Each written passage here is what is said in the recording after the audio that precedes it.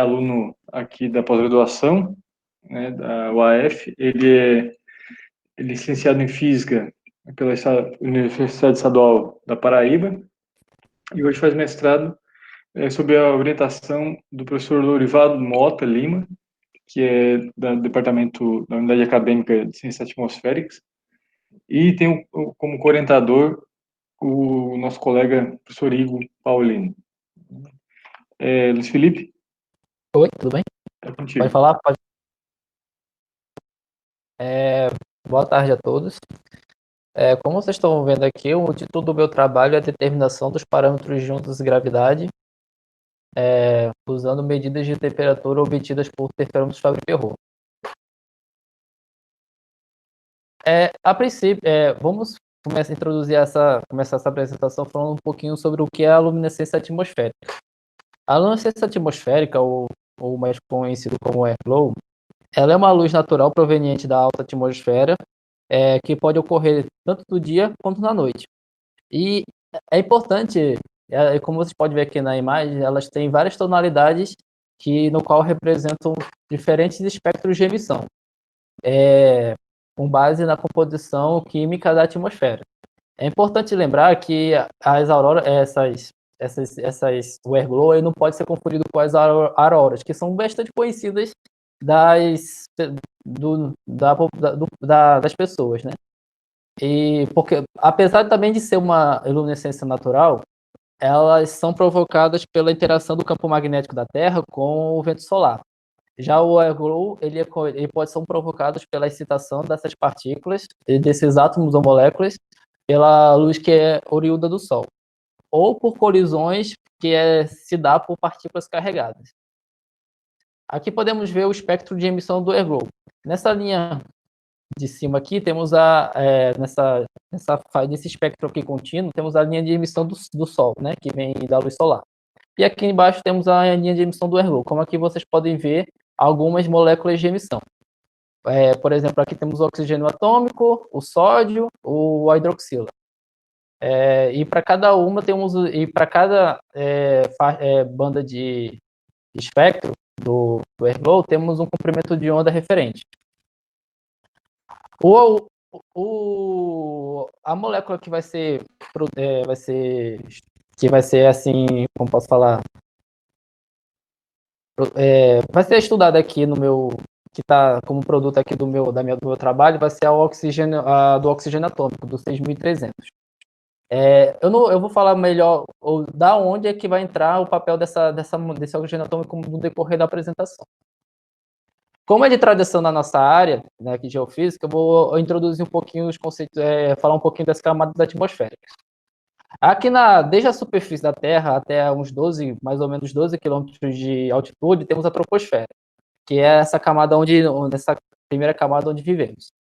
A camada superior se chama estratosfera, que vai até em torno de 250 quilômetros, e aqui é onde fica a camada de ozônio, né, que é bastante conhecida também das pessoas. Posteriormente vem a mesosfera, que vai até em torno de 80 a 90 quilômetros. Aqui é onde a emissão é mais evidente, a entrada de meteoros da Terra. E aqui é onde esses meteoros, eu já comento um pouquinho sobre ela, como ela é estudada na nossa área de pesquisa. E aqui é onde fica a Ilha de Carmo, que fica em torno de 100 km de altitude. Muita gente pensa que é na linha de Carmo que acaba a atmosfera, mas estão enganados. Ainda tem muita coisa acima de 100 km. Depois vem a termosfera, que é um local que é a região da atmosfera onde vai ser foco do meu estudo, do meu trabalho de dissertação. E é lá onde ficam as auroras boreais, como vocês podem ver aqui nessa animaçãozinha.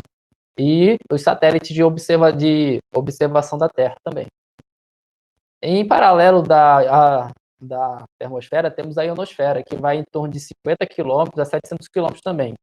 Bem, a diferença entre a ionosfera e a atmosfera, como eu acabei de falar, é que a ionosfera ela se dá pelo grau de ionização das moléculas, das partículas do plasma, da densidade eletrônica dela. Aí você pode caracterizar, e da outra maneira que eu falei primeiramente, se dá pela estratificação da temperatura. Em outras palavras, conforme você aumenta a altitude, a temperatura vai variando por aqui, por assim dizer. E então, assim, a gente tem duas maneiras de estudar a ionosfera, como a atmosfera como um todo. E acima, como eu falei antes, assim, essa linha vermelha vai ser a linha de emissão do oxigênio atômico. A linha de emissão do oxigênio atômico, quando eu comentei lá na imagem, no slide anterior. Aqui temos uma imagem do oxigênio atômico. Aqui aqui está um pouquinho mais, essas cores estão mais assim evidentes, mas assim tem como caráter ilustrativo. Aqui temos a emissão do oxigênio atômico. Essa parte aqui mais amarelada, se faz referência ao sódio. Essa parte em azul se faz com que em verde, né? Quer dizer, faz referência ao um outro tipo de molécula do oxigênio molecular. E são vários tipos de emissões que tem na atmosfera, mas no foco aqui vai ser essa região do oxigênio atômico, que tem esse caráter mais avermelhado. Agora eu posso falar um pouquinho das ondas de gravidade atmosférica. Bem, como qualquer onda, como na atmosfera ela tem a população basicamente composta por um fluido, ela tem a capacidade de comportar movimentos ondulatórios, que no caso das ondas de gravidade, ela é uma onda que ela tem como que ela faz com que ela pode ser definida como o balanço entre a força devido à gravidade e o gradiente de pressão. E aqui do lado vocês podem ver o espalhamento o espalhamento de uma onda de gravidade observada de satélite. E aqui vocês podem ver as frentes de onda sendo moduladas pelas nuvens. E aqui formando essas oscilações aqui que vocês podem ver. E acho que uma das características das ondas de gravidade é que elas podem transportar energia em momento para diferentes níveis da atmosfera. Por exemplo, aqui temos uma onda, se a gente tomar como referência vertical, e ela essa onda se propagando para baixo. E se a gente tomar como deslocamento de ar perpendicular a essa onda, então o fluxo de energia vai ser perpendicular à fase de propagação dessa onda. Então, é uma forma da gente visualizar como é o comportamento da onda. Eu não quero adentrar muito nessa parte mais teórica do comportamento ondulatório do comportamento das ondas de gravidade, mas em resumo, é isso como uma onda ela pode se propagar na atmosfera. Mas então ela pode se propagar tanto horizontalmente como verticalmente, como de forma propagando através de diferentes níveis. E assim, podemos falar um pouquinho da observação das ondas de gravidade. Bem, ao longo dos anos, assim, as ondas de gravidade foram bastante estudadas assim nos papers, como em dados, uma forma de a gente estudar as ondas de gravidade não ou ela observando ela diretamente ou estudando suas assinaturas ondulatórias, que podem ser observadas em dados de parâmetros atmosféricos, como o vento, temperatura e entre outros. Aí um dos instrumentos assim que a gente pode observar as ondas são os radares, fotômetros e satélites. No caso aí do rádio anterior, temos aqui uma imagem do satélite. Nesse caso aqui tem uma concepção artística do satélite TIMED, que fica localizado na órbita da Terra. E com isso ele pode medir parâmetros como temperatura, e assim a gente pode estudar parâmetros, pode ser estudado ondas a partir desses dados. Uma das formas mais comuns assim de observar as ondas de gravidade são através de imagiadores de aeroluminescência, que nada mais é que instrumentos que tiram fotos do céu noturno. Aqui temos uma animação de como é que o imaginador de aeroluminescência ele tira fotos do céu. Aqui vocês estão vendo essa parte mais branca, aqui é a Via Láctea. Então você pode ver que pode-se notar que o raio de fotografia devido à configuração da sua lente é bastante amplo. devido à configuração da lente do imagiador. E aqui vocês estão vendo estratificações ao longo da animação, isso aí são configurações de uma onda. E essa maneira aqui de estudar ondas através de imagiador, que a partir dessa você tem várias outras técnicas de tirar os parâmetros dessas ondas. E é a mais comum que tem hoje em dia. Por exemplo, essa camada aqui do H, ela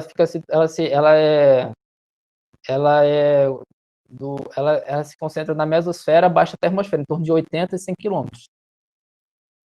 Motivação e objetivos. Bem, eu falei um pouquinho eu apresentei um pouquinho das ondas, mas agora eu tenho que falar o porquê que me motivou a fazer esse trabalho. Bem, eu falei, Ford, em 2016, ele publicou 3 artigos do ano de 2006 a 2008, no qual ele estima parâmetros de gravidade através de dados de interferômetros Fabry-Pérot. Eu vou falar um pouquinho melhor do Fabry-Pérot, mas eu vou falar melhor do Fabry-Pérot nos próximos slides. Sendo que o que basta deixar claro é que esses dados para estudar ondas de gravidade com base de Fabry-Pérot são bastante limitados no que a gente na nossa área de estudo. Para ser sincero, eu só achei esses 3 artigos, né? Faz um ano que já vai fazer um ano que eu tô trabalhando com esses dados, pesquisando, e eu só achei esses 3 artigos que falam sobre essa forma de determinar parâmetros de onda de gravidade. Então, foi uma forma de motivação que eu tive eu com meus orientadores, me motivaram a trabalhar com os dados de Fabry-Pérot e ver o que eu podia encontrar desses dados. Então, com base que eu falei, os objetivos são determinar parâmetros de onda de gravidade na região da termosfera e ionosfera, usando dados de temperatura obtidos por um interferômetro Fabry-Pérot, no qual, como eu falei, no qual são período, comprimento de onda horizontal, que eu vou falar melhor de cada um desses parâmetros no decorrer da apresentação também, e velocidade de fase horizontal. Instrumentação. Bom, agora eu posso falar do Fabry-Pérot, né? O Fabry-Pérot, ele é um instrumento bastante útil, já é bem antigo, né? Ele foi desenvolvido no ano de 1899, mas com o passar dos anos ele teve uma melhoria significativa tanto no seu funcionamento como nas suas aplicações. Então, ele foi bastante utilizado na rede de telecomunicação, os lasers de ressonância e também em trabalhos de pesquisa laboratoriais mesmo, como interferometria e espectroscopia. Aí, no caso, como é que um Fabry-Pérot vai medir o airflow lá em cima, né? Porque é isso que o Fabry-Pérot faz, eu adiantei. Ele vai medir as intensidades do oxigênio atômico a 250 km de altitude. Aí, numa colaboração entre a UFCG e a Universidade de Illinois, foi desenvolvido um Fabry-Pérot no qual ele vai medir o airflow a essa altitude. Aqui vocês podem ver um trailer no qual o Fabry-Pérot é instalado, e aqui em cima, nessa região de cima, tem uma câmera no qual ela vai ser posicionada para diferentes posições do céu. E com isso ele vai fazer medidas do céu, medidas durante o período noturno do airflow do globo no comprimento de onda de 6.300. Aqui temos o Fabry-Pérot propriamente dito. Aqui temos os componentes básicos que é do Fabry-Pérot, como uma CCD.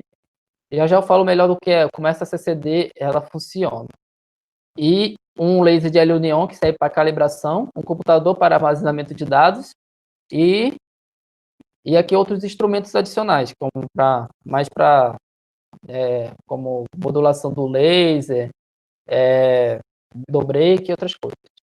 Então, foram instalados essa colaboração fez com que instalasse 2 Fabry-Pérot aqui no estado da Paraíba. E chega... Tá, antes de falar um pouquinho de onde foram instalados esses Fabry-Pérot, vou falar um pouquinho do... Então, ele foi instalado em dois locais aqui da Paraíba, mas já eu falo melhor sobre isso. Como é que funciona a emissão do Fabry-Pérot? Tá, vamos dizer que aqui essa linha vermelha seja o oxigênio atômico. Ele está incidindo aqui entre 2 placas. Essas placas são transparentes Aí, conforme o Fábio Perrot vai incidindo nessas placas, ele vai fazer uma parte sendo refletida para uma lente. E essa lente vai fazer que seja convergida pela CCD, como eu falei anteriormente. Então, essa CCD conforme os feixes vão sendo sobrepostos, vai começar a formar padrões de interferência, como vocês podem ver melhor nessa imagem aqui. Essa imagem aqui, você vê aqui padrões de interferência comuns, que são de um interferômetro. Como muita gente aqui deve conhecer a história do interferômetro de Michelson e Morley. Pronto. O princípio físico é basicamente o mesmo, é criar padrões de interferência com base na sobreposição de ondas. E sendo que nesse caso aqui, a onda em si vai ser a emissão do oxigênio atômico em 6.300. As placas, eu chamei, elas têm um nome que se chama etalol, elas são semi-transparentes. E aqui temos uma lente no qual vai fazer a conversão para a CCD. A CCD nada mais é que um dispositivo eletrônico no qual vai ser armazenado as imagens e depois vai ser feito os cálculos via programação, no qual vai ser retirada os parâmetros desejados. No caso da temperatura, está diretamente relacionado com a largura das franjas, dessas franjas de interferência. E eu esqueci de falar que o Fábio Perrot ele vai medir dois parâmetros atmosféricos, que é a temperatura e os ventos. No caso, aí a temperatura está relacionada com as franjas, como eu acabei de falar, e os ventos estão relacionados com o deslocamento Doppler, lá do efeito Doppler, relacionado com isso. Sítios de observação. Bem, como eu falei, esses dois Fábio Perrot que tiveram colaboração com a UFCG foram instalados em duas cidades aqui da Paraíba, que é uma aqui na São João do Cariri, e como vocês estão vendo aqui no mapa, e outra em Cajazeiras. Então, vamos imaginar que esse retângulo aqui seja o Fábio Perrot em operação. Aí, essa aqui vai ser a Sky que fica localizada na cúpula do trailer, como é que eu mostrei no slide que falava do Fábio Perrot. Ela vai olhar o céu noturno com um ângulo de elevação de 45 graus. Então, quando você quer observar, se a gente quer observar, o objetivo do Fábio Perrot ele é observar diferentes posições do céu. Nesse caso, ele quer observar o norte, o sul, o leste e o oeste. Aí vamos supor que a gente queira observar uma onda que esteja passando nessa região aqui, por cima de Cariri. Então, você vai ter o comportamento ondulatório tanto nas 4 direções. Sabendo que ele está com uma altitude, o oxigênio atômico tem um pico de emissão a 250 km de altitude, então a distância, o alcance do Fábio Perrot vai ser de 250 km, já que o ângulo de elevação vai ser de 45 graus. É trigonometria básica. Então, a distância, resumidamente, a distância do Fábio Perrot para cada ponto de observação vai ser de 250 km. Então, ele opera em ciclos, ele faz medições primeiro do norte, depois do leste, sul e oeste. Também ele faz medições do zênite, como faz aqui o Fábio Perrot rotacionando. Então, ele faz essa repetição ao longo de uma noite. Primeiro do norte, do leste ou sul, e depois o oeste, depois o zênite. Só que o Zenit não foi... os dados do valor de Zenit também não são utilizados aqui. Eventualmente, durante algum período do ano, o Fábio Perrot e o Fábio de Cajazeiras e o Fábio Perrot de Cariri, eles fazem medições simultâneas via GPS de uma posição intermediária, de uma distância intermediária entre as duas localidades, que a gente chama de volume comum, do inglês common volume, que também é uma forma de você estudar como é de você calcular ventos, como é que o vento está se comportando nessa região aqui, ou na região em torno de cada sítio. Tá, então vamos lá. Como é que, agora saindo um pouco da instrumentação, entrando na metodologia. Aqui são os dados de Fábio Perrot medidos por uma noite de observação. Então, aqui temos dados de temperatura, ao longo da noite. Aqui temos, ela começou, iniciou em torno das 23 horas e foi até as 7 horas da manhã, em tempo universal. Aí, basicamente, como é que eu tenho que trabalhar? Se eu começar a trabalhar com esses dados dessa maneira, eu não vou conseguir ter muitas informações, porque, como vocês podem ver, o comportamento da temperatura nas 4 direções é basicamente o mesmo.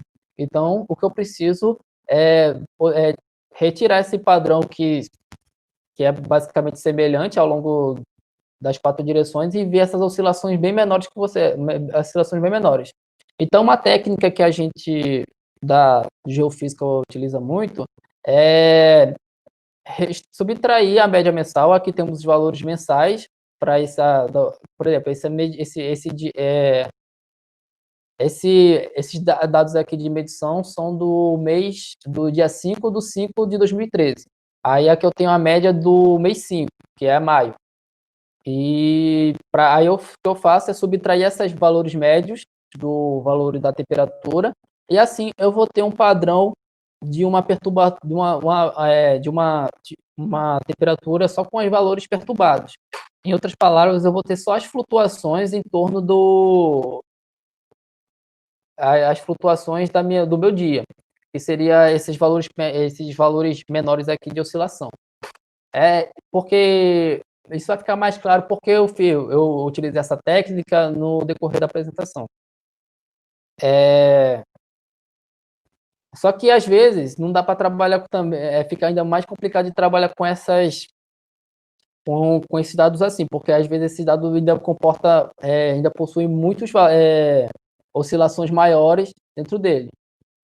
Então, o que eu faço? Eu faço um filtro passa-banda, no qual eu aplico esses dados nesse filtro, e ele vai me retornar valores mais com mais oscilações.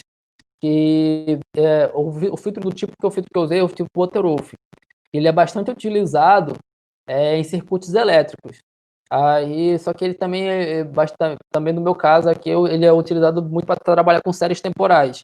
E assim eu consigo examinar oscilações menores nos meus dados. No caso do meu trabalho, eu utilizei filtros que eu possa encontrar períodos entre 30 minutos e 4 horas. Tá, eu falei como é que... Por que eu quero encontrar esses períodos? Como é que eu encontro esses períodos? Que é o que eu espero vou estar relacionado às minhas ondas de gravidade. Eu vou aplicar o periodograma de Lobscargo. O periodograma de Lobscargo, ele é bastante utilizado em astronomia, que é bastante conhecido porque ele consegue fazer com que eu extraia períodos de séries temporais não amostradas, com intervalos de tempo não amostrados. Que isso faz com que, por exemplo, se eu aplicar o Lobscargo, é melhor falar exemplificar do que aqui. Vou falar, por exemplo, vou pegar aqui do meu residual das 4 direções a direção leste, por exemplo. Aí, se eu aplicar um Lobscargo, que é a análise de Lobscargo aqui nesses dados, eu vou ter um período aqui, por exemplo, de 2 horas. O que isso significa? Que eu tenho uma oscilação aqui nos meus dados que tem uma periodicidade de 2 horas. Se você olhar aqui, nesses dados aqui, eu posso ver que a cada 2 horas ele completou um período. Por exemplo, se você imaginar que isso aqui é uma onda, daqui até aqui temos um período, que é a distância entre dois máximos. E aí você vê que aqui é quase aproximadamente 2 horas. Que é um pouco menos de 2 horas, que ele está um pouquinho deslocado para cá. E aqui essa linha pontilhada significa a confiança dos meus dados. Então quer dizer que esse pico aqui, ele pode, se estiver acima dessa linha de significância, que ele tem eu posso afirmar que esse pico ele tem 99% de significância de estar correto, de ser um pico verdadeiro. E é com ele que eu analiso como é que está o comportamento ondulatório na minha temperatura. Depois de fazer aquele processo lá de remover os períodos maiores. Aqui vocês estão vendo uma animação mais ou menos como é que o Lobscargo funciona. Daqui eu tenho uma série temporal de observações ao longo do tempo de observação. Eu coloquei, basicamente o que eu fiz foi somar 2 períodos de 4 e de 6 a um ruído. E aqui vocês podem ver que conforme eu aumento o número de pontos da minha amostragem, o período de lombo-escápulo ele vai ficando cada vez mais evidente e a linha de confiança vai diminuindo conforme esses períodos vão aumentando. Então, basicamente, pode afirmar que essa linha de significância que está aqui, ela depende da quantidade do número de pontos dos meus dados. Isso aí, a lombo-escápulo também é muito utilizado, assim, por exemplo, você quer estudar o brilho de estrelas ao longo de dias astronômicos. Aí você sabe que você vai vendo conforme aquele brilho foi a periodicidade de brilho daquela, por exemplo, de uma estrela ao longo dos dias. É uma ideia de como pode ser usado a luz-carga, mas as aplicações são inúmeras. Tá, então qual é o critério de utilização? Como é que eu escolho meus períodos? Eu falei que eu tinha que escolher que um dos objetivos um dos objetivos do meu trabalho é determinar o período de uma onda de gravidade. Então, o que basicamente eu faço é escolher um período que tenha 15 um período assim que eu tenha semelhança entre os períodos aqui entre nas 4 direções. Tá, eu fui lá, apliquei o Loomis cargo em quatro residuais, que seriam as flutuações, como eu falei. Então, eu apliquei o Loomis cargo e eu que obtive quatro gráficos. Mas aqui eu tive, no caso aqui, tem uns que eu tive 3 períodos, outros tive 2, assim, esse caso aqui eu tive 2, esse aqui eu tive 3 também. Aí tá, qual é o meu escolho esses períodos? Esses períodos têm uma condição, eles têm que ter uma semelhança de 15%. No caso desses aqui, tem uma semelhança de 15%. Então, é a primeira forma de eu classificar, qualificar os meus dados. Então, eu repito, eu vou faço todo aquele procedimento procedimento prévio de análise dos dados, aí vou aplicar o meu longo scar. Aí eu vou, se ele tiver um período de em torno de 15%, picos de 15%, nas quatro direções, pontos de observação, que seria o norte, sul, leste e oeste, eu vou ter um conjunto de dados satisfatórios. E eu posso dar prosseguimento à análise dos dados. Mas você pode estar se perguntando, mas isso aqui ficou um pouquinho abaixo da linha de significância, então ele não é significante? Tá, pois é, mas eu levei em consideração que esses outros 3 estão acima da linha de significância. E também eu tenho que ter o compromisso de observar meus dados para ver se aqui tem um período aqui em torno, por exemplo, de 1h14, que ele está ele está se modulando corretamente nos meus dados. E tá, como eu determino o período de onda, o período de onda, que é o primeiro parâmetro da minha onda, é a média aritmética desses períodos. Que nada mais é que somos 4 dividido por 4. Aí eu vou ter o período médio. Já que como esses 4 períodos aqui são semelhantes, o período médio ele tem que ser semelhante a cada um dos outros. Então, como toda onda, eu preciso encontrar mais 2 parâmetros, que é a fase e a amplitude da onda, como eu falei lá na parte das ondas de gravidade. Então, como eu faço isso? Eu faço um ajuste um ajuste senoidal de metros de minutos quadrados, no qual ele vai poder, isso é uma ferramenta computacional, né? Aí no qual eu extraio os parâmetros referente à fase e amplitude de oscilação. Por exemplo, vou exemplificar o que eu acabei de falar. Vamos supor que, eu apliquei o Loomis cargo, eu qualifiquei esses dados aqui como tivesse um período com 15% de semelhança. Aí qual é o meu próximo passo? É determinar a fase e a amplitude. Aí eu pego aquele período e jogo aqui dentro e faço um ajuste de metros quadrados, no qual vai me resultar num ajuste assim que vai fazer uma reconstrução do que seria minha onda, por exemplo. Uma reconstrução. Em alguns autores eles chamam isso aqui de onda reconstruída. E com isso eu determino a fase e a amplitude. Mas eu tenho que comentar um pouquinho. Essa fase que eu encontrei, ela está irradiando. Então, para eu poder achar o próximo parâmetro, eu tenho que transformar essa fase colocar essa fase em unidade de tempo. Que é no caso aqui, o que eu faço? Eu divido ela por 2π e depois eu multiplico pelo período que eu ajustei a minha própria eu ajustei os meus dados, que é usando um cosseno puro. Aí, tanto, eu falei lá na parte do como o Fabry-Perot opera, então eu falei que a distância entre um Fabry-Perot e um ponto de observação é de 250 quilômetros. Então, se é 250 quilômetros, eu posso fazer aqui, adotar aqui a distância relativa entre o norte e o sul é de 500 quilômetros. Idem para o leste e oeste. Então, eu tenho uma distância relativa entre, por exemplo, eu considero que o sul é zero e o norte é 500 quilômetros. Da mesma maneira para o leste e oeste. Agora eu posso ter, tendo encontrado essa fase, essa amplitude, eu posso encontrar a velocidade de fase em cada direção. Primeiro passo é encontrar a velocidade de fase na direção zonal e meridional, ou seja, a zonal faz referência ao leste e oeste, a meridional do norte e o sul. Tá, como você faz isso? Você faz uma regressão linear simples. Eu tenho dois valores, eu tenho o valor tanto da fase como tenho da distância. Se a distância eu adotei como no sul como sendo zero, então eu posso adotar a distância para o norte de 500 da mesma maneira para o oeste ou leste, e aqui eu vou ter os valores encontrados da fase, já em horas, da fase que eu fui encontrar do ajuste de curva. Aqui, se eu for fazer uma regressão linear, eu vou encontrar o coeficiente angular, que nada mais é que a minha velocidade, dada nada mais é que, se você for fazer a razão entre o deslocamento da onda e aqui a velocidade de fase. Aí, no caso, essa velocidade de fase vai me dar um resultado de quilômetros por hora.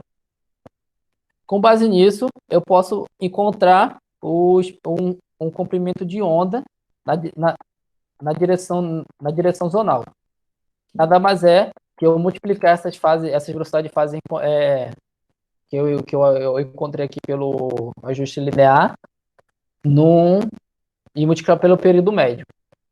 E com isso, eu posso encontrar meu segundo parâmetro com esses dois valores do comprimento de onda, eu posso encontrar meu comprimento de onda horizontal, que nada mais é pelo a razão que multiplica o comprimento de onda na direção zonal, vezes o comprimento na direção meridional, dividido pela razão do quadrado desses dois parâmetros. Só uma discussão que tem aqui. Se o comprimento de onda na direção, por exemplo, na direção meridional for muito grande, então esse comprimento da onda vai se estabelecer com relação se eu somar esse com esse, vai praticamente permanecer esse. Aí as raízes vão se cortar pela quadratura e vai cancelar com o de cima. Então, vai resultar no comprimento de onda apenas na outra direção. Isso acontece bastante quando eu vou analisar os dados. Acontece que um comprimento de onda ele dá muito grande, aí eu acabo ficando com um comprimento de onda da outra direção. Direção de propagação. Nada mais é que é o arco cosseno da comprimento de onda horizontal dividido pelo lambda y, que é o comprimento de onda na direção meridional. Também tem alguns autores que utilizam tangente como esse valor, mas o resultado vai ser o mesmo. E por fim, eu encontro a velocidade de fase horizontal, que nada mais é que a razão entre o comprimento de onda horizontal e o período de oscilação. Lembrando, gente, que esse período aqui é o período médio de oscilação, que já é calculado lá depois dos períodos de Lois-Carme e encontra-se esse período, como eu falei anteriormente. Tá, como isso eu posso chegar na discussão. O meu trabalho de dissertação mesmo, eu privei de analisar dados de Cajazeiras e Cariri para o ano 2013. No momento, eu já completei esses dados, eu já fiz uma análise dos dados de temperatura, aí agora eu já estou trabalhando com dados de vento, que eu lembro que eu falei que o Fabry-Perot, ele trabalha com vento, estou conseguindo aplicar essa mesma metodologia para os dados de vento, aí sendo que para essa apresentação eu só vou falar um pouquinho dos meus resultados para a temperatura. Então, eu vou fazer um estudo de caso, por exemplo, da noite de 5 de maio de 2013. que foi uma noite que eu obtive, e vai ser a mesma noite de observação para tanto para Cariri quanto para Cajazeiras. Só que mostrando como foi o comportamento da temperatura ao longo dessa noite, aqui para São João do Cariri e aqui para Cajazeiras. Sempre vale ressaltar que a temperatura, ela é no geral, a média dela é sempre tem um comportamento bem semelhante. Aí, por isso que faz necessário realizar todo aquele procedimento de prévia de análise de dados para poder fazer uma análise mais adequada dos resultados. Tá, o primeiro passo, como eu falei, é falar do periodograma de Lomas-Carro, né? E aqui a gente obteve para a noite para Cajazeiras, a gente obteve esse comportamento aqui no periodograma. Aí a gente teve um período aqui semelhante em torno de entre 1,4 e 1,5. E aqui temos E aqui a gente obtém os primeiros resultados. Opa, desculpa, entre 1,1 e 1,3, por exemplo. Aqui está um pouquinho, é que aqui o quadradinho fica um pouquinho mais deslocado. E aqui vocês podem ver, aqui temos uma tabelinha mostrando os resultados dos parâmetros. E aqui a gente tem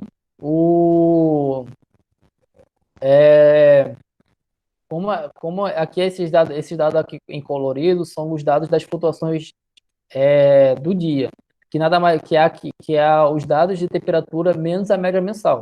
Aí esse em cinza é o meu filtro passa-banda, no qual eu passei o filtro passa-banda nesses dados coloridos. E aí eu obtive fiz o ajuste de curva e o qual fui retirando os parâmetros de onda de gravidade, os parâmetros das possíveis ondas. E tem algumas seções aqui do ajuste de curva que está desfasado, como essa parte aqui. É porque é o seguinte, o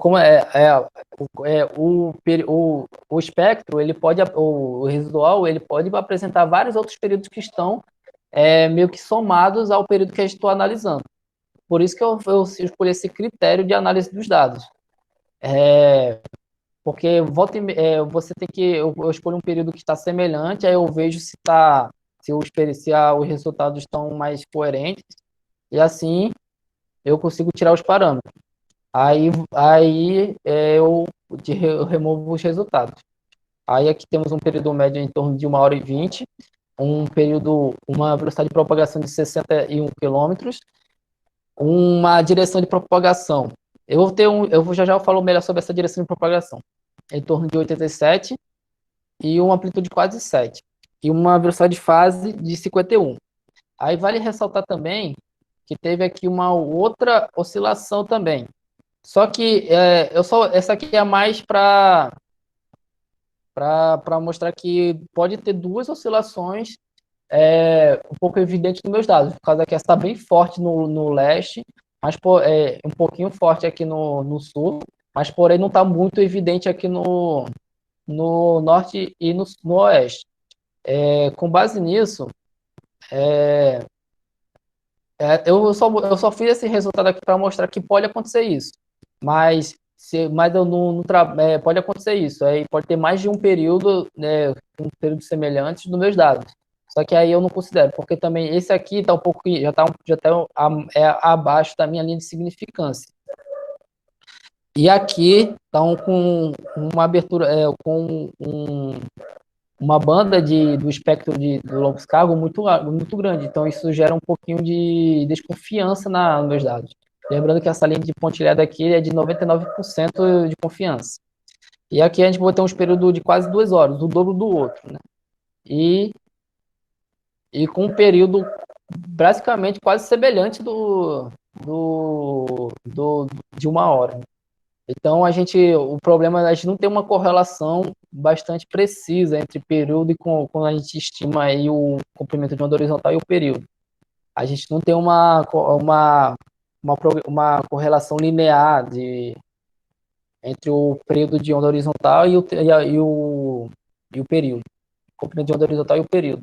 porque o comprimento de onda horizontal, lembra que ele está diretamente relacionado com a diferença de fase entre duas oscilações, entre dois modos de observação, no norte, no sul e no leste e oeste.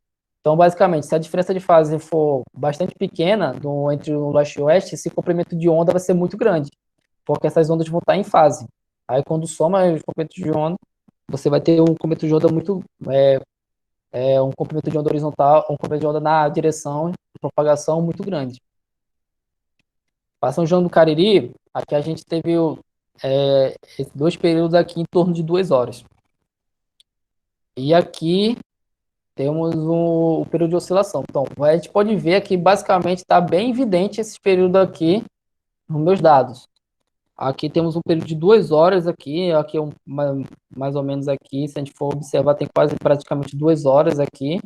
Então, sempre tenho esse cuidado de fazer essa análise aqui, observar meus dados, por isso que eu faço, eu esqueci de falar que eu faço esse resultado manualmente.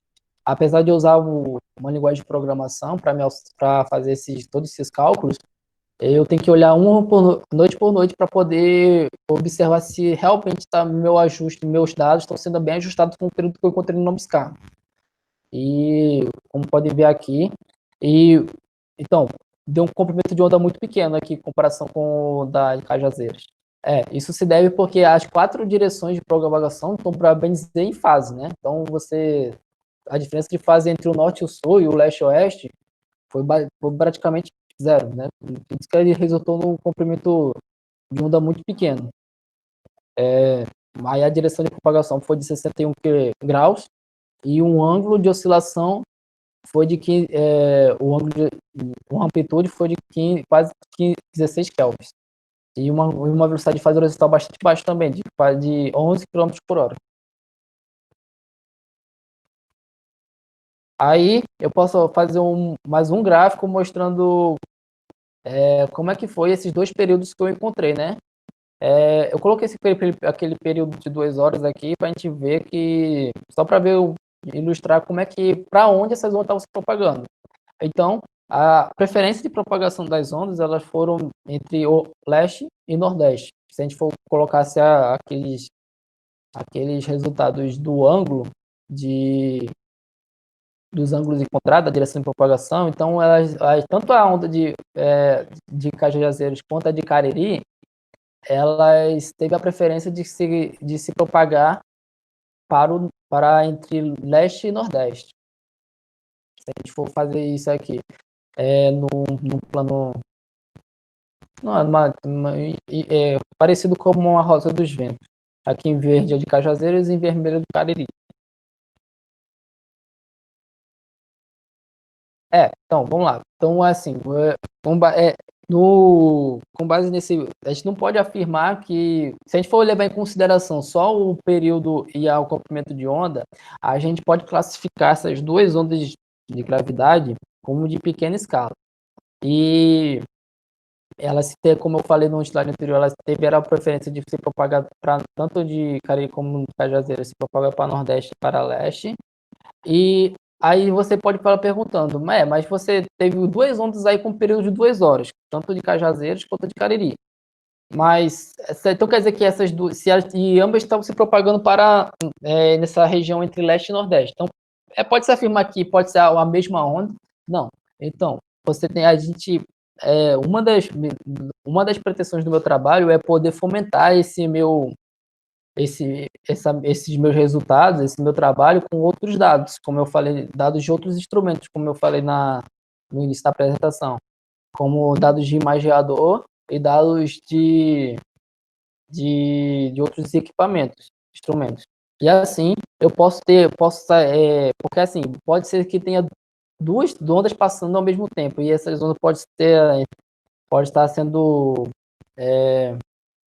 pode se sobrepor uma das outras, pode ter uma troca de momento de energia entre 2 ondas e formar outra ondas secundárias e assim por diante. Então, a ideia que é interessante colocar mais dados de outros instrumentos para que assim eu possa fazer comparações, se é possível repetir a mesma metodologia que eu estava utilizando ou adaptar e encontrar parâmetros de onda de gravidade em outros instrumentos. Aqui algumas referências e obrigado pela atenção.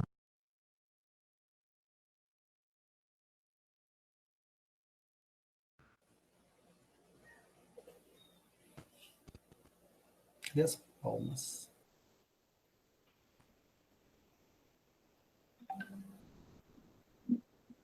Ok, cadê o organizador do Douglas? Tô aqui. É porque eu tava botando o fone de ouvido, o microfone aqui, não tava. Bom, vamos abrir para perguntas, né? Acho que o Ricardo já quer começar. Oi, professor, pode falar. Pode falar? Pode. Luiz, gostei da apresentação, mas Sempre vamos tem um para a mais, primeira né? transparência? Hã? Vamos para a primeira transparência. Ou slide. Dependendo de... Ok, dá para ampliar aí? Ó, Luiz, eu vou só tentar explicar um negocinho aí que eu acho que você falhou, tá certo? Tá certo. E eu tenho certeza que você não vai esquecer. Não vou Quando não. você colocou essa camada do sódio ali no Airglow, Uhum. na realidade você não está falando assim... Eu não posso nem dizer que você não está falando a verdade, eu acho que você não está sabendo. Tá certo. Por quê? Porque essa camada do sódio, ela fica em torno de 87 quilômetros, 87 não, 89 quilômetros, e ela é bem fina. E ela é bem tênue. O fato de estar amarela aí pode ser problema da fotografia. Tá certo? Eu esqueci de comentar que muitas dessas imagens, assim, eu achei imagens mais assim, como posso falar, mais perto da realidade do que tem. Mas que eu também esqueci de falar que são imagens mais ilustrativas, né? Porque assim, como o propósito da apresentação é mostrar que tem esse tipo de, o propósito dessa imagem é mostrar que tem esse tipo de luz natural que tem que pouca gente conhece, né? Aí eu achei até umas imagens assim um pouquinho mais fracas, né? Que acho que até eu assisti na aula do senhor, que o senhor mostrou. Olha, veja bem, do jeito que você está vendo aí, do jeito que você está mostrando, e é do jeito que a gente mostra, tá? Dá a entender que o Airglow ele vai da superfície até a camada aí, vamos colocar o oxigênio molecular. Entendi. Entendeu? Mas você está lembrado por que você vê desse jeito aí? Da fotografia ou... Na fotografia, porque isso aí está bem real. O que o artista, digamos assim, o fotógrafo pode ter feito foi realçado a luz. Mas entendi. isso é uma foto, eu acredito que seja uma foto, certo? Entendi. Mas pode ter tido um realce. Tem casos que pode ter câmera que eles usam um filtro especial, né? Mas você tem ideia porque você está vendo aí, por exemplo, o airglow da superfície até o oxigênio molecular, por exemplo? Ou não? Não. Não. Então, para você ter ciência disso daí, o que acontece é que essa parte mais clara, onde você colocou a setinha molecular, oxigênio molecular, e outra coisa, oxigênio molecular não é a linha verde, é o oxigênio atômico. Tá? Eu não sei se é apropriado eu conversar um pouco sobre isso aqui, porque aí eu posso também estar dando aquele entender que eu sou um cara meio chato. Não, pode falar. Eu acho que tem um pequeno erro aí. O oxigênio molecular você colocou green, na realidade não é. Esse green ele vem do oxigênio atômico também. O oxigênio atômico ele emite tanto na luz vermelha, em torno de 250 quilômetros, como na luz verde, em torno de 97. E esse amarelão que você está vendo aí, entre o green e a superfície, é exatamente você vendo por trás da atmosfera. Tá? Porque lembre-se que a Terra ela é esférica, né? Ou então ela é achatada nos polos. 23 quilômetros, se não me engano, de diferença. 2,23 quilômetros de altura, exatamente. Aí o que você está vendo aí é por trás, é aquela camada que está envolvendo a Terra, que a parte mais forte é quando você está vendo a tangente, é onde a atmosfera, digamos, seria mais espessa. No teu campo de visão, assim, na direção na tua direção, tá? E aquela parte assim mais tênue é exatamente por trás da atmosfera, onde a atmosfera ela já fica fica mais estreita e você está vendo o airglow como se você estivesse vendo daqui de baixo. É aquela situação que meio que você está olhando pela tangente, que você, entre aspas, está acumulando o airglow na sua visão. Exatamente. Exatamente. Tá? Gente. É, Eu que a gente discutiu isso, mas eu estava esquecido. eu não acredito. A gente já conversou uma vez sobre isso. Tu poderia me dizer, vai para transparência 17. Aí é uma dúvida que eu tenho, tá?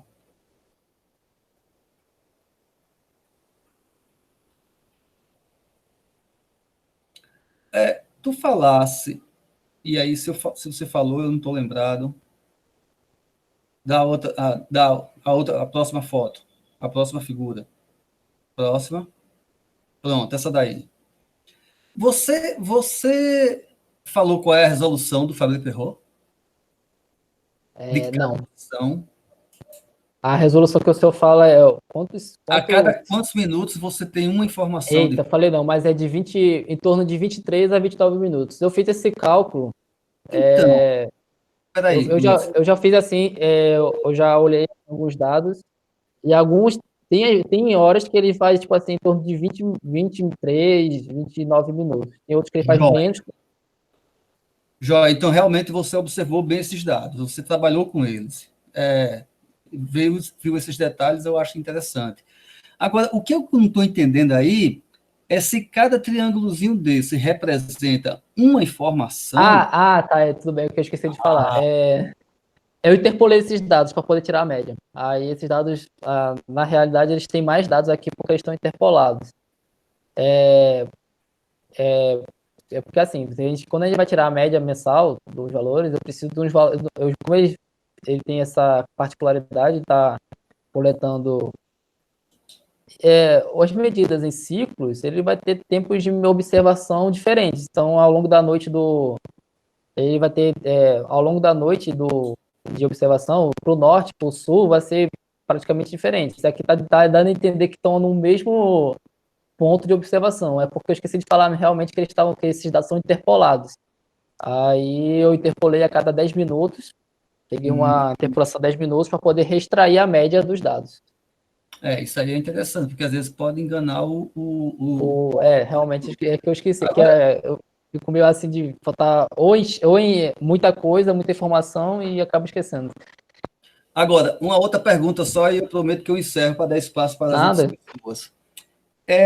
Por que você não faz o D-Trend da noite observada e não da média mensal do mês? A média mensal, né? Não, eu fiz da média mensal subtrair da minha noite de observação, no caso. Então, por que você não pegou um D-Trend como se fosse assim e retirou dos dados que você observou para você fazer exatamente? Porque quando você bota a média do mensal.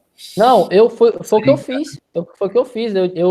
É isso aqui. Eu tenho aqui, por exemplo, aqui é o do mês de maio. Eu tenho a média mensal do mês inteiro. Aí eu subtraí desses dados aqui. De cada então, o que eu estou questionando, mas no sentido de também tentar aprender um pouco, por que você não. Aliás, a pergunta poderia ser feita da seguinte forma: você procurou fazer essa subtração apenas de um comportamento daquela noite específica? Veja bem, você tem aí, como a gente está vendo aí, nessa figura da esquerda, você tem que a temperatura ela é alta no início da noite e vai diminuindo no final da noite. Isso está em UT, beleza. Então, você poderia, nesse tamanho todo aí, ajustar uma curva. Tá? Eu vou até sugerir, assim, um polinômio. Ou então você poderia colocar, digamos aí, uma situação de 12 horas, de 24 horas. Entendi. Realmente. Especificamente para esta noite, e não para pegar a média mensal e colocar isso. Faz muito sentido. Mas eu não pensei nisso, não. Aí, realmente, eu não pensei nisso mesmo. Mas faz sentido, professor. Eu acho vou fazer. Mais sentido. Eu vou fazer, cara, porque realmente pode dar um resultado diferente. Vai dar um resultado diferente. Porque você tá subtraindo ondas de gravidade.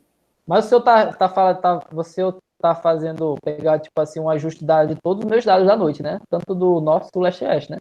Exato, Ah, exato. entendi. Exatamente. Eu não sabia que podia fazer isso, mas já que o senhor está falando, então eu vou até fazer uns testes para ver se realmente meus resultados podem mudar. O teste, a É, gente começa pelo teste, porque realmente esse é o problema da gente, sabe? Se a gente já soubesse o caminho correto, mas eu acho ah, que um teste seria bem-vindo e eu acho que teria mais sentido, eu acho. Mas aí pronto, tem, tranquilo. tem Lorivaldo que pode falar melhor sobre isso. Tá. Isso aí quando eu conversei com o professor Lorivaldo e com o professor Igor, eles disseram a mesma coisa, assim, que vai fazer do mês, né? Aí fiz do mês, tranquilo. Aí, mas eu Então, posso deixa fazer isso aí também. a minha aqui. Ô, Cara. ô, Luiz, Oi. Luiz, Lorivaldo, ô, Luiz, me diz uma coisa. O que foi feito de fato, né? Não foi extraído uma média, né? O que a gente estava colocando para você é que você tem um ciclo, né? Você tem um ciclo diurno, que é um comportamento da ionosfera. Então, esse ciclo, ele se reflete também na temperatura e se reflete no vento. Ou Ah, seja, tá. a evolução do comportamento da ionosfera ao longo do dia. Então, você tem um ciclo. Então, esse ciclo é o que a gente combinou. É necessário você extrair o ciclo médio, né? Ou seja, o que representa, ou seja, e não uma média, mas sim você retira o ciclo, é o comportamento médio de como é que evolui a grandeza que você está estudando. Eu acho que é isso, né? Em geral, a Sim. gente faz, quando está trabalhando com dados ionosféricos, para você retirar um comportamento, na verdade, não é a média, mas sim o ciclo médio que ocorre ao longo, ou seja, em torno, né? Em torno daquele dia que você quer estudar. Tranquilo. Existe, depende também do que você está enxergando, né? Então, não sei, talvez, em geral, quem trabalha com eventos mais rápidos ou esporádicos, como, por exemplo, a resposta de uma tempestade na ionosfera, e não precisa pegar um mês, mas pega 2 dias antes, 2 dias depois, aí faz a média do comportamento, né, da evolução da ionosfera nesses 4 dias, e aquele dia específico em que ocorreu o evento que perturbou drasticamente a ionosfera, aí você subtrai, não a média, mas sim o O comportamento. ciclo, né? O ciclo de. Esse sentido que a gente te aconselhou a fazer isso para retirar, né, o ciclo. E aí o que resta, né, eu já te falei também que a gente tem que dar um nome a isso, não pode batizar isso de residual, né, porque resíduo é o que a gente, as criaturas que trabalham com o meio ambiente já chamam, né, resíduo sólido, resíduo, né, enquanto residual é o que trabalha na estatística, probabilidade, e o residual nada mais é do que você realmente fazer o que o Ricardo falou. Você tem a média da noite, e quando você subtrai a média, aí o que você tem é residual. Aí sim é residual, do ponto de vista científico da estatística, né? Então, Ah, mas aí entendi. você precisar de outro nome aí, ou então definir The direitinho, Trend. só The qual Trend. aqui que eu estou trabalhando não é aquele lá da estatística, como é colocado. Mas é isso, eu não sei se eu consegui dar uma Não, luz. ficou claro, ficou claro. Mas, assim, que essa ideia de Ricardo é nova. Eu não sabia, assim, como é que. Da primeira vez que eu fui para fazer isso, demorou para eu entender por que tu fazia isso. Mas, aos poucos, a gente vai caminhando.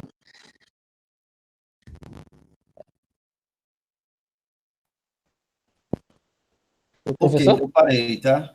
Pode ler. Acho que travou aí. Não, eu parei. Lorivaldo, tem mais alguma?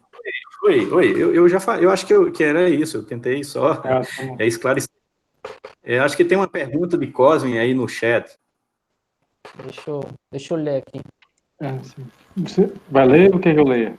Deixa eu ler, é melhor.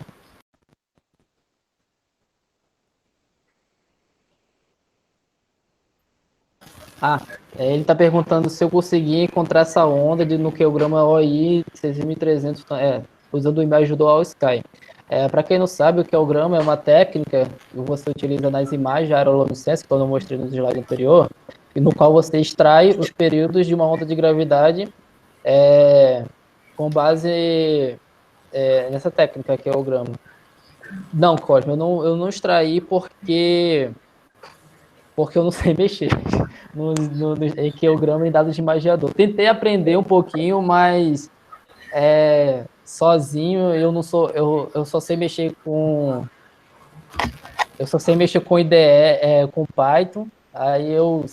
Mas assim, eu tô querendo muito aprender, mas assim, quando eu tinha um tempinho para aprender a mexer com QGrama, com dados de sugestão, com dados de magiador, não aprendi, mas eu gostaria muito de fomentar meu trabalho com isso. Pode falar, Fábio. Oi, Luiz Felipe, boa tarde. Oi. Parabéns pela apresentação, foi Obrigado. legal. Eu tenho uma dúvida com relação ao filtro que você usou, né? Você disse que O passa-banda, né? você usou um passa-banda lá, e depois disse que usou o Lobscargo. Você usar o filtro, você não precisaria ter os dados igualmente espaçados? Porque você está usando que eu esqueci de... Lobscargo por causa de falhas. Então, eu estava fazendo... quando eu aplicava o Lobscargo, que eu esqueci de comentar que eu interpolei os dados, como eu falei para o professor Lorivaldo. Quando eu vou, para eu poder retirar esse ciclo, né, como o professor falou, esse comportamento da atmosfera, da ionosfera, eu precisava ter os dados totalmente igualmente passados. Então, como é que eu fiz? Eu peguei esses dados, interpolei a cada 10 minutos, e depois eu rearranjei esses dados a cada 10 minutos, aí depois eu fiz uma interpolação. Aí ele completou esses gaps que estavam faltando. Aí eu fiquei só com aquelas flutuações durante a minha noite. Aí, a partir disso que eu apliquei os filtros. Eu estava fazendo essa técnica para poder... Porque, assim, se eu aplicasse o longo descargo diretamente nessas flutuações, que já está sem o ciclo, eu ia ter longos descargos, assim, não bem definidos nos períodos entre 0 e 3 horas, que é o que eu queria. Aí eu ia ter períodos estourados lá para acima de 7 horas. Aí eu precisava aplicar ou fazer uma técnica de, tipo assim, faz um ajuste de curva com um período de, por exemplo, de 7 horas e ia reduzindo. Só que ficava um pouco subjetivo isso. Não sei se você está entendendo. Eu fazia por exemplo, eu fazia um ajuste de curva com um período de 7 horas, aí eu subtraía isso dos meus dados, para poder tentar retirar essa tendência maior dos meus dados. O professor Igor que deu essa ideia, para eu poder fazer isso, eu fui fazendo, sendo que se tornou muito subjetivo, porque eu que tinha que escolher esses períodos de ajuste. Aí eu aplicava o filtro passa-banda, aí eu definia entre os períodos entre 30 minutos e 4 horas. Foi o que eu fiz, inclusive, que me deu essa sugestão foi Cosme, que me deu essa sugestão. E também para trabalhar nos ventos. Então deixa eu só recapitular para ver se eu entendi. Você pega esses dados, fez uma interpolação, passou o filtro passa-banda, e daí você aplica o Lobscargo nesses dados que já foram interpolados e filtrados. Esses dados aqui, por exemplo, são os dados que o Fábio Perrot mediu originalmente. Aí eles não estão igualmente passados. Pode ver que tem dados aqui bem aqui tem um acúmulo de dados aqui em torno de 0 e 1 hora. Aí eu interpolei esses dados a cada 10 minutos, aí eu tive dados igualmente passados, tanto para o norte, para o sul e para o leste-oeste. Aí eu tirei a média, fiz a média mensal para o norte, às 0 horas, por exemplo, aqui, às 11 horas do norte, desde o primeiro dia, do mês até o último dia do mês. Aí eu tive uma média. Aí eu tiro a média. Aí eu fui fazendo isso aqui até as 7 horas. Aí eu fui retirando a média, aí eu vou ter esses valores aqui para cada direção. Aí eu vou e subtraio de cada direção. Não sei se deixou claro. Aí depois, quando eu faço isso, eu vou ter esses valores aqui. Mas se eu aplicar o longos cargo diretamente nesses valores aqui, eu ainda vou ter valores de períodos muito altos, e valores não definidos. Aí, o que eu preciso fazer? É reduzir esses parâmetros, reduzir essas oscilações maiores. Eu procurei em artigo, assim, muitas vezes, assim, a gente fala, e nunca tive, assim, uma resposta, o que pode estar modulando esses ventos, então, esses dados de temperatura, o que pode estar modulando esse fluido. Aí eu nunca achei, procurei e não achei. Então, eu só falo assim, tirar essas oscilações maiores. Aí eu passo o filtro passa-banda, aí eu vou desses dados aqui, eu vou ter esses dados aqui, que são, vocês podem perceber que já está bem mais caráter oscilatório em cada uma das oscilações. Aí aqui eu já começo a trabalhar com o Lambda, entendeu? E esses dados aí estão igualmente espaçados. Estão igualmente espaçados. Tá. É que assim, eu estava usando, na minha dissertação, eu também estou usando o Wavelet. Só que o Wavelet é necessário que tenha os dados igualmente espaçados, igual a transformada de Fourier. Só que para a apresentação de hoje, eu não coloquei meus resultados de Wavelet, porque por causa do tempo, né? Eu já achei que a minha apresentação já estava muito longa. Aí eu coloquei só os dados, os períodos encontrados com o Fábio Perrot. Por que o Wavelet? Porque é uma forma de eu comparar os dois periodogramas, para ver se aquele pico de emissão está coincidindo na mesma região das quatro direções de observação. Eu tenho uma sugestão. Pode falar. Em algum momento aí você falou que estava com dúvida se aqueles períodos que apareciam no espectro eram verdadeiros ou se poderia ser alguma coisa artificial. Eu sugiro, se você quiser fazer, para quem usa o Lambda, tem um teste de Horn e Baliuns. Né? Você pode, você constrói um sinal senoidal com esse pico mais significante, e extrai ele e depois recalcula de novo o periodograma. Se os sinais que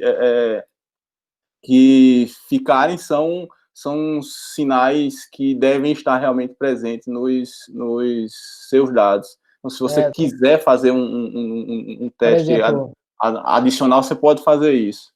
Por exemplo, se eu tirar tem esse pico aqui em torno de 2 horas e meia, eu faço um ajuste desse período, com esse período, e removo nos meus dados? Isso, você remove ele dos seus dados, recalcula o periodograma. E os picos que permanecerem, eles devem estar presentes nos seus dados. É uma forma de você ter mais segurança nos períodos que você está identificando. Pronto, eu fazia isso, só que como eu falei, eu fazia meio que, por exemplo, dava um pico aqui em torno de 4, já deu um pico muito alto aqui que estava mascarando esses outros períodos menores. Aí eu fazia um ajuste de 4 horas,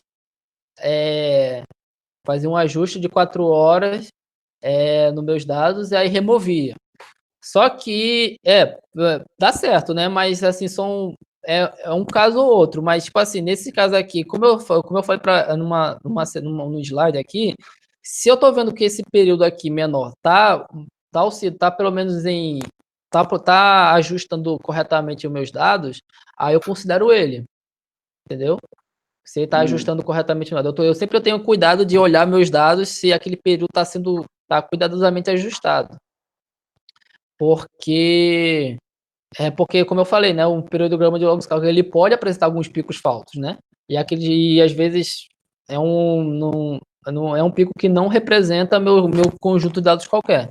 É justamente por isso que, se você fizer esse teste, você vai ter um elemento a mais para a segurança do que Mas eu você vou fazer, está vendo. mas eu anotei aqui, eu vou Você anotar pode fazer e testes. vou, Você e está vou, em momento de fazer testes.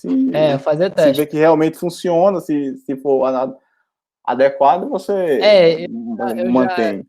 é a segunda, tipo assim, a segunda vez que eu tô reproduzindo meus dados e realmente sempre assim, você vai olhando e vai mexendo no programa e vai sempre olhando assim, se tem umas coisas que dá para fazer mais rápido, umas coisas que dá para melhorar e vai aprendendo assim, né? Mas, mas obrigado aí pela sugestão. Vou Tá. acatar.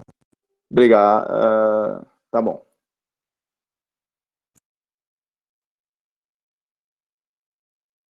Mais alguma pergunta? Eu posso fazer a última pergunta? Pode. É o seguinte, Luiz, tu mostrasse aí para Fábio uma foto, um slide que você tinha o comportamento ao longo da noite, depois você fez a filtragem. Pode voltar? Ou pode ir para ela? Pronto, essa daí. Sim, aí você tem isso aí à noite, aí você Isso aqui tem no esse meio. negócio daí, e agora você subtrai 10 médias e você tem. Ainda tem outra foto, né? Isso agora é o filtro passado nesses dados aqui. Sabe o que é, Luiz? Eu estou vendo uma coisa bem interessante, e isso aí eu confesso que eu também não sei. Mas eu estou vendo que você tem amplitudes de 5 kelvins, tá? Tô olhando assim o vermelho. Uhum, Olha, você está medindo temperaturas em torno de, digamos, eu vou para melhorar, em torno de 1000 kelvins. uhum. 5 kelvins equivale a 0,1% de 1000. Isso aí não poderia ser um simples valor aleatório da temperatura, não, né?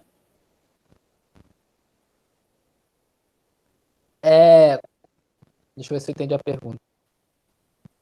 Você está falando que mesmo é que assim, né? A ideia de ficar essas amplitudes é porque É você selecionar as ondas.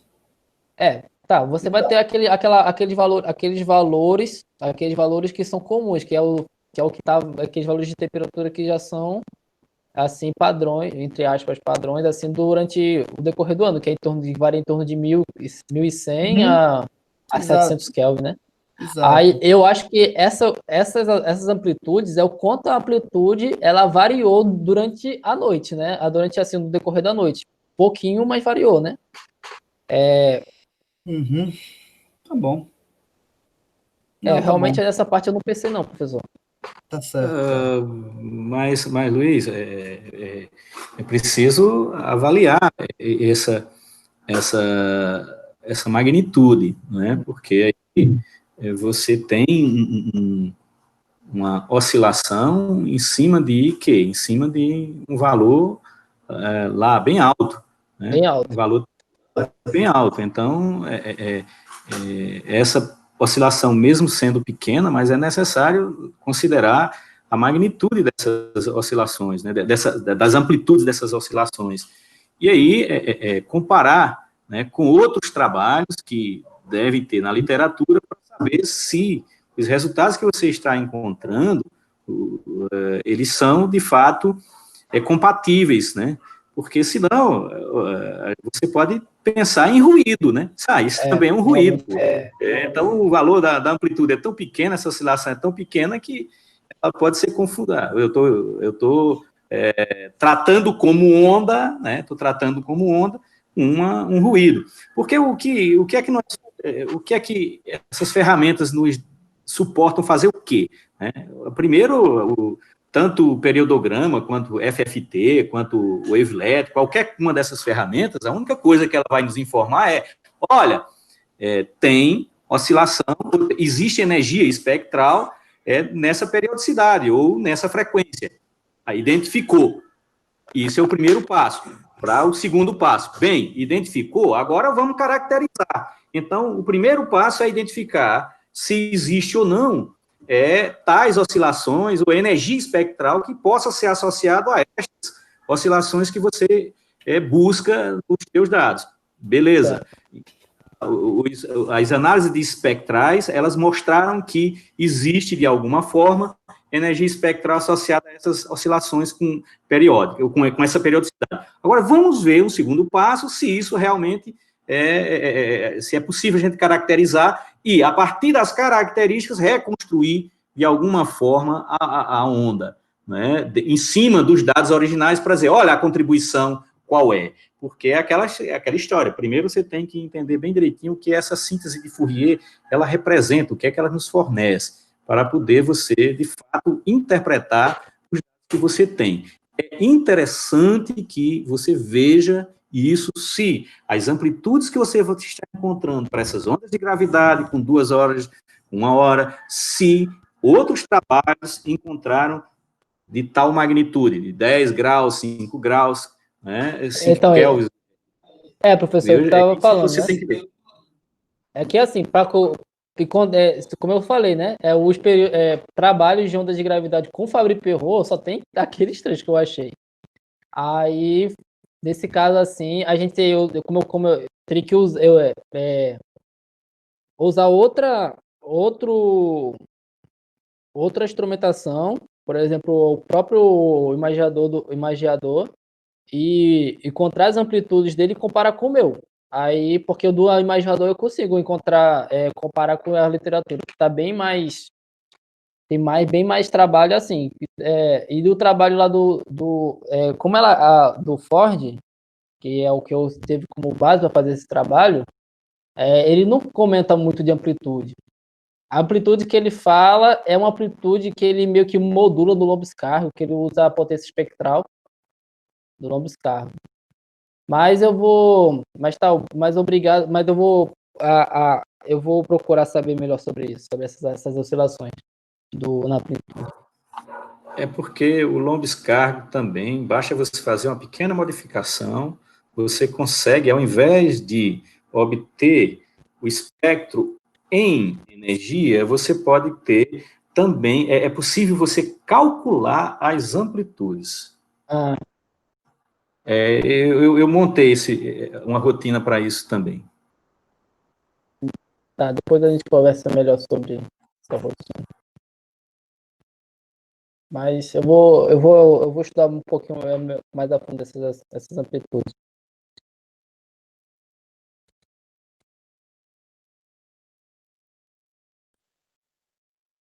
Professor? Alô, tem? Acho que travou alguma coisa aí. Eu acho que não sei se você estava falando. Não, já era isso que eu tinha a dizer. Acho que vê se tem mais alguém com pergunta. Ah, tá. Pois é, tem mais perguntas, pessoal? Pode perguntar aí que é bom que vai fazer a defesa da O dissertação. objetivo de eu queria apresentar foi justamente para ter um pouco de críticas construtivas para o trabalho, ver o que realmente está precisando melhorar. Luiz, eu acho que foi bom esse trabalho. Luiz. Quem é? Luiz, é Cosme, tudo bom? Ah, tudo bem, tudo. Tu observasse, a análise que tu fizeste foi com relação ao dia 5/5 de 2013, né? Isso. Então, eu não tenho uma notícia muito boa para te informar, não, porque esse dia está muito nublado em Cariri. Eu estou vendo as imagens aqui no Imagiador e está totalmente nublado. Então, os dados de Cariri, eu sugiro você desconsiderar. Você tem como olhar cada dia a partir do site do Embrace. Lá vai ter produtos, aí você vai em Imagiador e você vê as condições. Foi o que eu olhei. Pelo período que eu encontrei, muito pequeno, realmente eu fiquei meio com o pé atrás. Porque em comparação com os de Cajazeiras.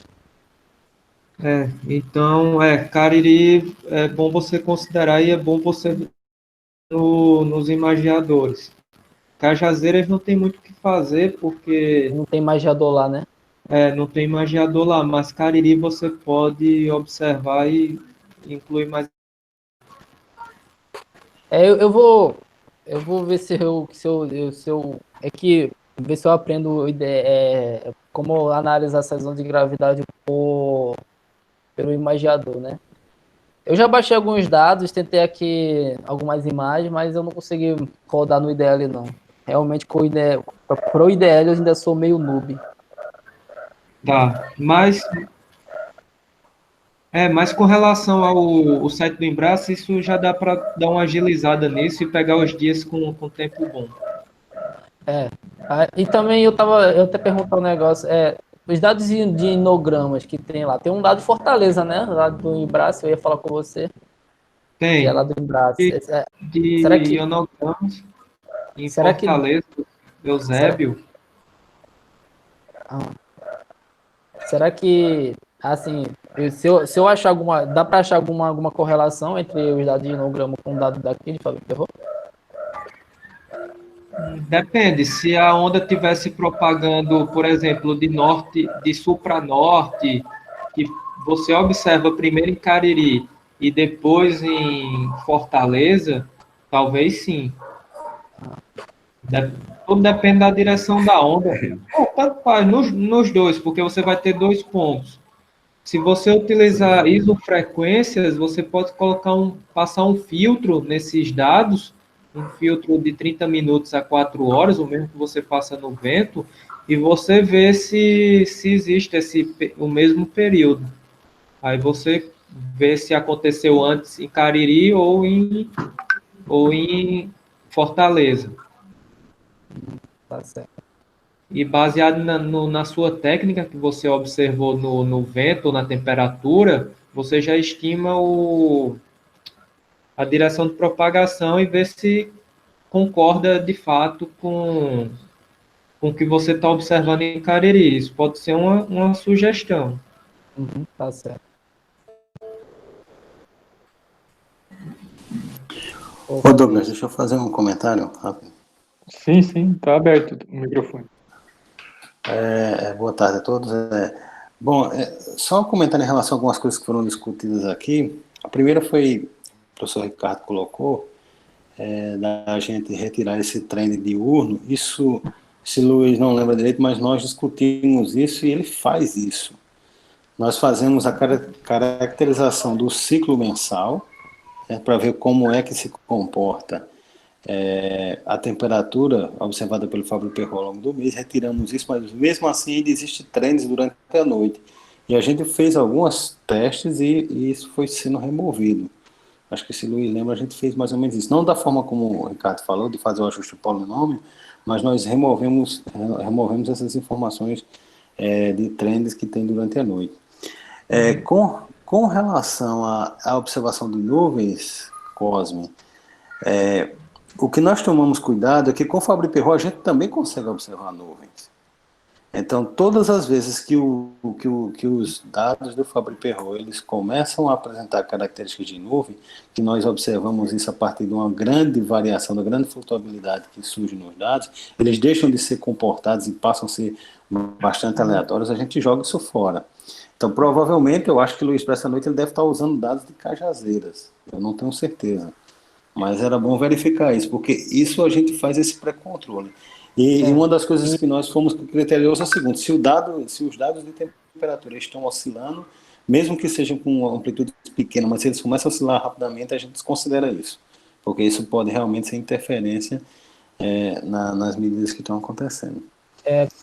Foi bom o professor tu lembrar disso, que tem uma bandeira nos dados que já do Fábio Perrot, que ele vai adotando ali o cloud, que é nuvens. Aí quando aquela bandeira está igual a 2, significa que tem muita nuvem no raio do Fábio Perrot, na visão do Fábio Perrot. Aí ele marca como 2, se tiver ok, tá como 0.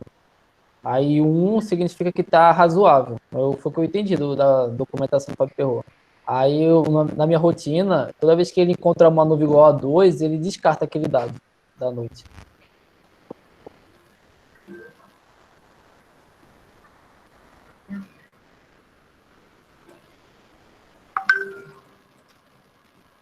Professor? Era esses dois comentários que eu tenho. Mais alguma pergunta, pessoal?